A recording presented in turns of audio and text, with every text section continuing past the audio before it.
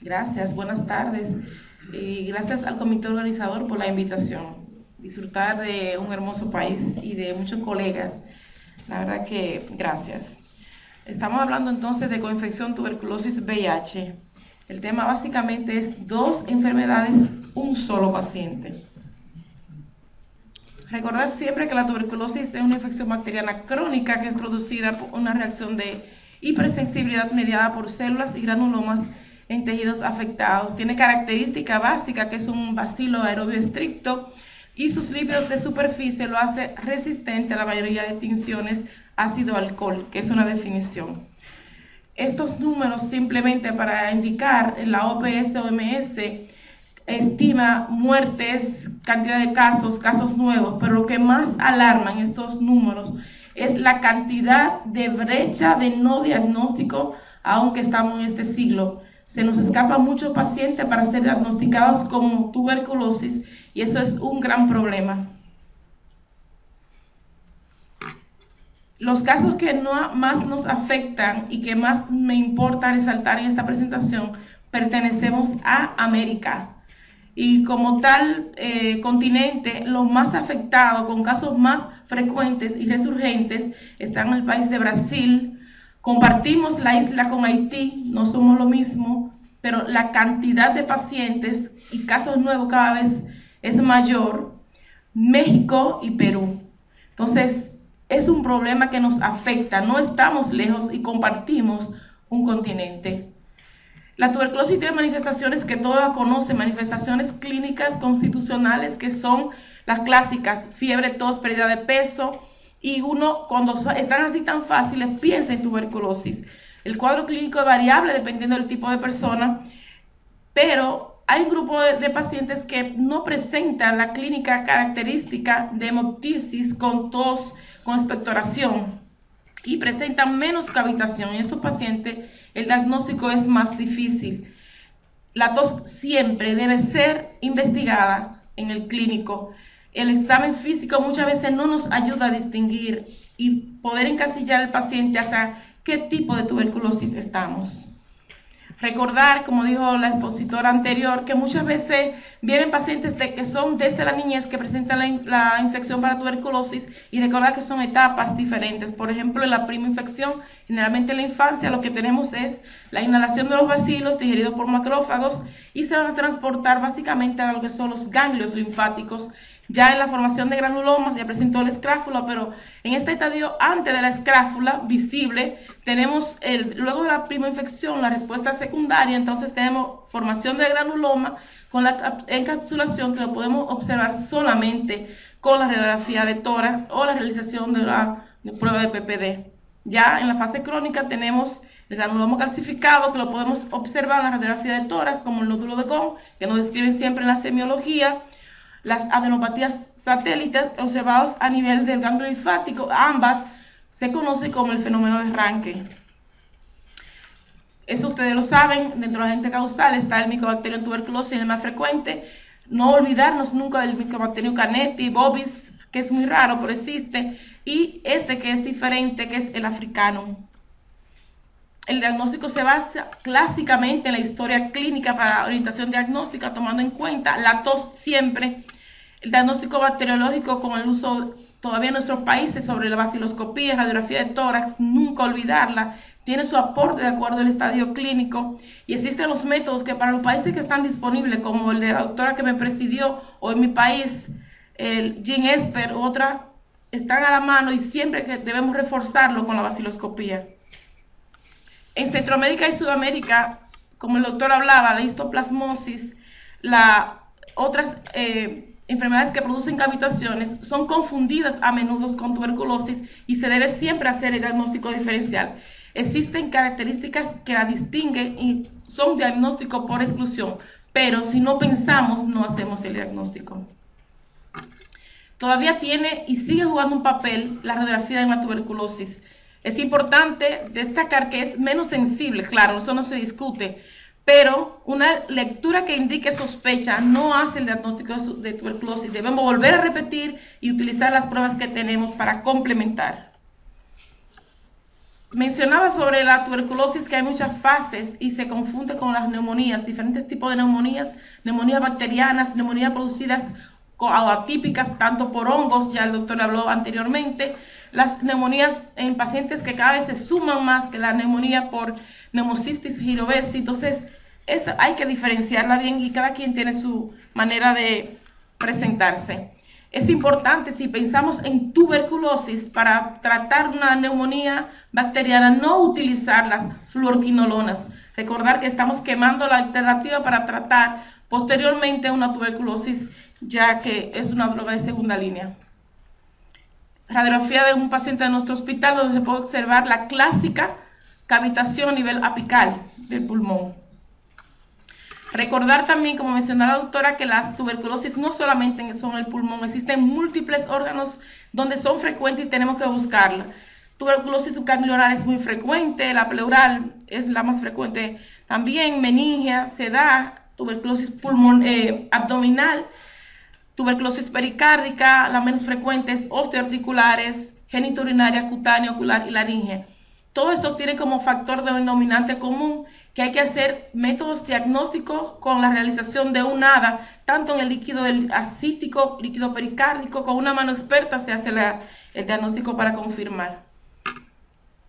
Tenemos que la patogenia para tuberculosis, la persona en un 90% se van a ver expuesta a la tuberculosis y no desarrollan la enfermedad porque tienen un sistema inmunológico intacto, por tanto van a poder combatir con el micobacterio.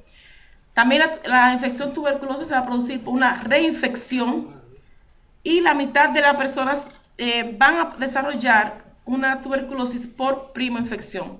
Solamente un 10% de las personas van a desarrollar enfermedad tuberculosa. Hay un 5% que se va a producir por reactivación y más de la mitad de los casos antes transcurridos los años de una prima infección van a presentar la infección. Recordar que el líquido cefalorraquídeo es diagnóstico para realización de la tuberculosis meningia. La tuberculosis peritoneal, mencioné sobre la paracentesis, es un ADA. Nunca olvidar que muchas veces muchos cuadros en la mujer es tuberculosis tubovárica, muchas veces se confunde con endometriosis, proceso pélvico inflamatorio, entonces debemos tomar en cuenta que existe esta entidad.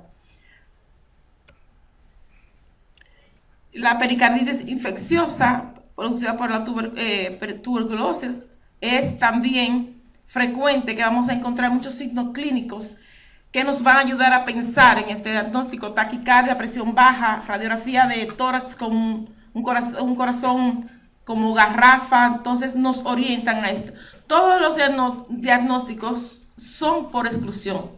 No es tan fácil diagnosticar una tuberculosis en otro órgano que no sea esa clásica tuberculosis a nivel pulmonar.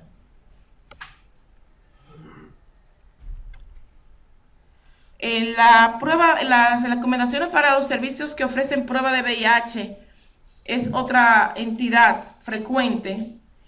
Deben tener, está un poquito fuera del contexto, pero consentimiento informado para realización de la prueba, que puede ser tanto un consentimiento oral como escrito, debe ser confidencial, debe decirle los resultados de la prueba y debe de haber una consejería.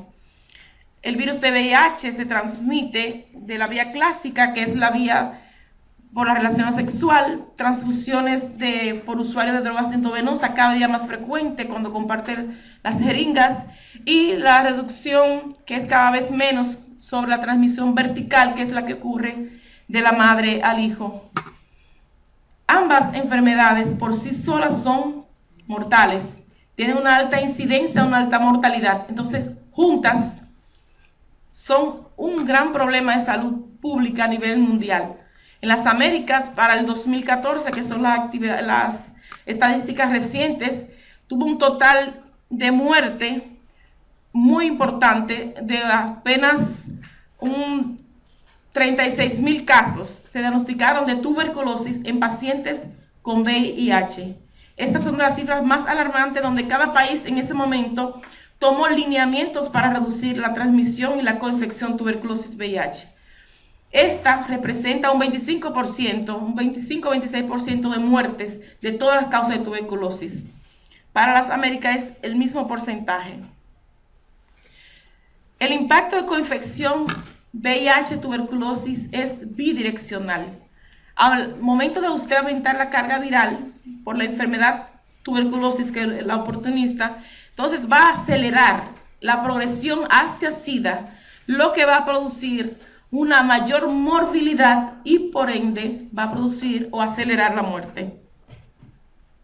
Todos sabemos que el SIDA es el estadio final de la infección por VIH, descrita en 1981, y ya se fue descrito el virus en el 1983. Conocemos los dos tipos de virus circulantes, siendo más frecuente a nivel mundial el VIH número 2. Básicamente es el que se encuentra en África Occidental. Mi país, al igual que el país de Barbados, Haití, Guyana, Surinam, Bahamas, Brasil, Guatemala, Jamaica, Panamá, la OMS y OPS utilizaron como países urgentes para atención y realización de directrices por los gobiernos de salud pública para control de esta coinfección. Por tanto, hicieron lineamientos sobre centros de promoción, por ejemplo, este centro en Santo Domingo, donde se plantearon una reducción en la incidencia y la mortalidad de la tuberculosis. Por tanto, fueron ampliando las unidades de atención para buscar en esa población cautiva, como le decimos, la realización rigurosa de la prueba de baciloscopía, GeneSper, radiografía, buscando en esos pacientes tuberculosis. Existen claramente definidas las políticas por países de coinfección y el departamento de tuberculosis con el departamento de VIH manejan junto esta problemática de salud. Esto es una casuística a nivel del Colombia que está muy parecida a nuestro país. Entonces, con el problema de la resistencia, no solamente de los antibióticos, sino de los medicamentos para manejo de tuberculosis, vemos que muchas veces los pacientes, por el asunto del abandono y la no adherencia al tratamiento, hacen resistencia. Entonces, en ese sentido, clasifican la resistencia de diferentes maneras. La baciloscopía sigue teniendo su papel en el diagnóstico. No decimos que tiene una sensibilidad alta, pero siempre debe ser acompañada de la prueba del GeneSper. A todos los pacientes deben realizar sus baciloscopías de la manera correcta como mandan la OMS y la OPS. La infección por VIH produce disminución de los linfocitos CD4 y esto va a ser crucial para mantener una respuesta inmunitaria adecuada. ¿Por qué? Porque de por sí va a haber una promoción a progresión de la enfermedad en personas infectadas con VIH. Y esto va a representar en esos pacientes un 5% para el resto de la vida. Conocemos que todo paciente con VIH en algún momento en su vida va a presentar tuberculosis. Por eso debemos siempre buscarla en ellos. Sabemos que al haber mayor caso de tuberculosis con VIH, va a haber el aumento de riesgo de transmisión, por tanto va a aumentar la mortalidad. Las recomendaciones son buscar la realización de su prueba de tuberculosis, realización de consejería pre y post prueba, explicar la importancia de la realización de la misma, un trabajo en conjunto, seguimiento con los diferentes departamentos, recordarse que estas enfermedades, esta coinfección es en un solo paciente que ocurre, por tanto debemos ir dirigidos a este seguimiento. Hay casos de pacientes que dan falso positivo, como son las mujeres embarazadas, multíparas, pacientes con insuficiencia renal crónica, pacientes con colagenosis. Y las personas que reciben realización de su prueba deben saber por qué se realiza una prueba. Muchas veces es más importante no un resultado negativo, sino por qué te hiciste la prueba. Cuando es una prueba al azar para una realización, para una cirugía, es fácil decirle diagnóstico, pero cuando el paciente tiene duda de un contacto para VIH, debe decirle el clínico de qué paso vamos a seguir. El tratamiento debe ser igual: 4 drogas, isoniazida, rifampicina, pirimetamina, tambutol, 6 meses, muchas veces 7 meses, hasta 1 año, dependiendo si es tuberculosis peritoneal, tuberculosis ganglionar o pericárdica.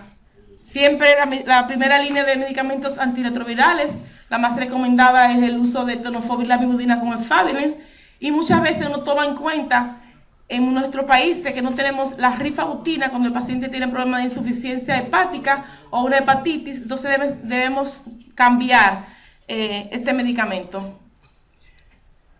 Tomar en cuenta el síndrome de constitución inmunológica, en la cual se va a observar cuando comenzamos a tratar una enfermedad oportunista en pacientes con VIH. En esto es más cruda cuando el paciente se le inicia muy seguido del tratamiento con tuberculosis, cuando este paciente tiene una carga viral que va aumentando tiene una carga viral muy alta, o cuando el paciente después de iniciada la terapia aumenta rápido el aumento de linfocitos CD4. Estos pacientes generalmente se manejan con esteroides y tratando la enfermedad oportunista. Prevención: siempre se le da su medicamento con trimetoprim, sulfamethoxazole, y se deben preverse de otras infecciones oportunistas como son las enfermedades por hongo, enfatizar sobre el uso de otros medicamentos y el uso de vacunas en ellos. En esta ocasión le estamos invitando a participar con nosotros en nuestro simposio 16º que se va a realizar en el Congreso de Medicina Interna de la Asociación Dominicana de Médicos Internistas del 5 al 8 de septiembre en Punta Cana, República Dominicana. Gracias.